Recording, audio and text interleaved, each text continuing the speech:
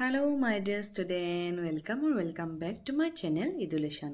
মৰমৰ ছাত্ৰ-ছাত্ৰীসকল, আজি ভিডিওটো হৈছে দশম শ্ৰেণীৰ ছাত্ৰ-ছাত্ৰীসকলৰ বাবে। এয়া মই যিবোৰ আগতে হৈ গৈছে মেট্ৰিক পৰীক্ষা তাৰে কিছুমান প্ৰশ্ন মানে গ্ৰামাৰখিনি ব্যাকৰণখিনি কি আহিছিল আগত সেইবোৰ তোমালোকৰ লগত শেয়াৰ কৰিবলৈ লৈছো। গ্ৰামাৰবোৰ অৰ্থাৎ ব্যাকৰণবোৰ প্ৰায় একেই আহে, গতিকে আগৰ কি আহিছিল তোমালোকে যদি জানি লোৱা তেনেহলে তোমালোকৰ আগন্তুক HSLC এক্সামৰ বাবে খুবেই সুবিধা হ'ব। এইখন মই দেখাবলৈ লৈছো 2017 ৰ কি তোমালোকৰ গ্ৰামাৰ আহিছিল, ব্যাক বাক্য আহিছিল। প্ৰথমত দিয়া আছে তলত দিয়া যিকোনো দুটাৰ ব্যাক বাক্য সহ সমাসৰ নাম। দমাহী, দেশান্তৰ, মহাপুৰুষ, উপবন। তাৰ পিছত আছে তলৰ যিকোনো দুটা শব্দৰ সন্ধি ভাঙা, ইত্যাদি, সমাগ্নি, সংস্কৃতি, যদ্যপি। তাৰ পিছত আছে তলৰ জটিল বাক্যটি সৰল বাক্যলৈ পৰিৱৰ্তন কৰা। যিজন লোক অকৃতজ্ঞ তেওঁ কতো স্থান নাপায়। খ নম্বৰ তলৰ যিকোনো দুটা শব্দৰ এটাকৈ সমাৰ্থক শব্দ লিখা। আকাশ, ধবল, বাৰিধি, সমীৰ। ঙ নম্বৰ তলৰ যিকোনো দুটা শব্দত কি প্ৰত্যয় লগ লাগিছে ভাঙি দেখুৱা। দয়ালু, ধাননি, সোণাৰী, গাঁৱলীয়া। 6 নম্বৰ তলৰ যিকোনো দুটাৰ শব্দ দুটাৰ অৰ্থ প্ৰকাশ হোৱাকৈ একোটি বাক্য ৰচনা কৰা। উলহ মালহ, আচলৰ ধন, ৰমক জমক, এৰা ধৰা। দ্বিতীয় 6 নম্বৰ যথাস্থানত জ্যোতি চিহ্ন বহুৱা। প্ৰণৱে কলে আজি স্কুল খোলা আছেনে। জ নম্বৰ এটা শব্দত প্ৰয়োগ কৰা যিকোনো দুটা। বিষ্ণুৰ ভকত যি তেওঁ, ৰান্ধি খাব পৰা কলৰ পুলি। একে মাতৃৰ গৰ্ভত জন্ম যাৰ, একে ঠাইত স্থায়ীভাৱে বসবাস নকৰা লোক। 12 নম্বৰ তলৰ যিকোনো দুটা শব্দৰ মূৰ্ধন্য ন বা মূৰ্ধন্য হ হোৱাৰ কাৰণ লিখা। ঋণ, বৰুণ, ভূমিষ্ঠ, বিষয়। তাৰ পিছত ভাৱ সম্প্ৰসাৰণ দিয়া আছে, লাগি থাকিলে মাগি নাখায়। তাৰ পিছত দিয়া আছে ইয়াৰে যিকোনো তিনিটা দিয়া আছে, ইয়াৰ যিকোনো এটা লিখিলেই হয়।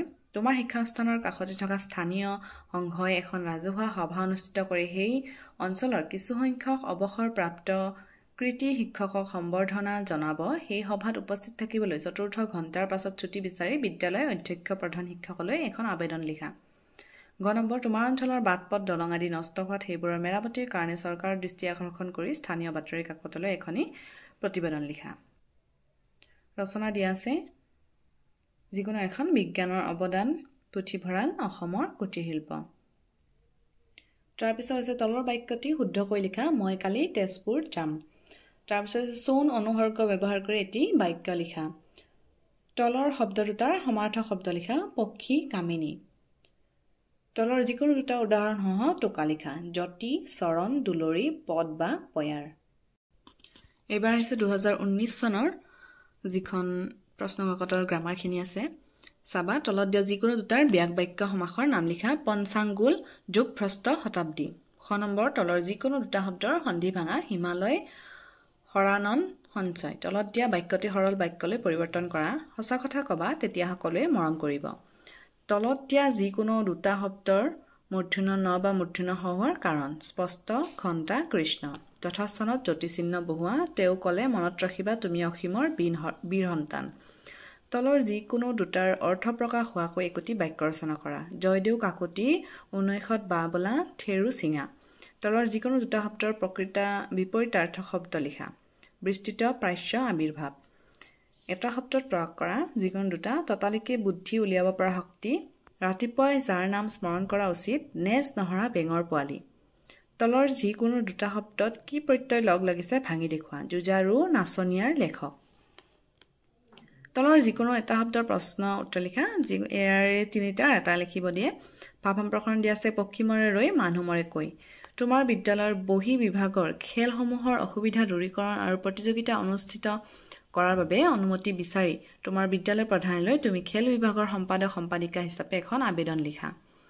বৰ্তমান অসমৰ বিদ্যালয়বোৰত শিক্ষাৰ পৰিৱেশ কেনেধৰণৰ উল্লেখ কৰি সেই পৰিৱেশক শীঘ্ৰে অতি উন্নত কৰিবৰ বাবে চৰকাৰৰ দৃষ্টি আকৰ্ষণ কৰি স্থানীয় বাতৰি কাকতৰ সম্পাদকলৈ এখন প্ৰতিবেদন লিখা।